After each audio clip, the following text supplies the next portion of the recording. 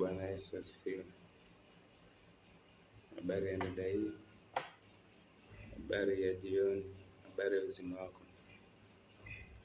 Leo nina swali napenda niulize, mtusaidie wenye uelewa na watumishi wa Mungu.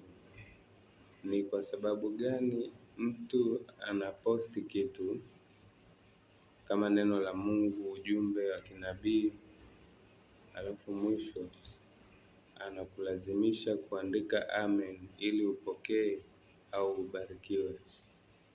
Sasa swali langu kubwa ni kwamba ni uhusiano gani kati ya kuandika amen na kushare kwa watu ambao wamekwambia na kupokea baraka? Vina uhusiano gani hivyo vitu viwili? Kushare, kuandika amen, kushare na kupokea baraka, vina uhusiano gani? Kwa sababu ukisoma neno la Mungu kwenye Warumi 10 mlango wa 10 mstari wa 9 nakwambia, kwa sababu ukimkiri kwa kinywa chako kuwa ni Bwana, ukimkiri Yesu kwa kinywa chako kuwa ni Bwana na kuamini moyoni mwako kuwa Mungu alimfufua katika wafu, utaokoka.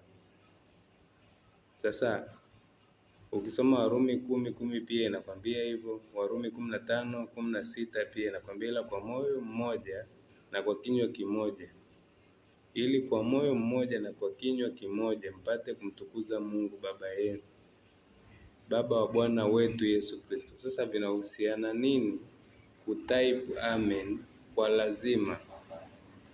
Badala ya kumwambia kusema amen, anakuambia type amen na kushare kwa watu kadhaa ili upate baraka. Vinakuwa na uhusiano gani? Amen.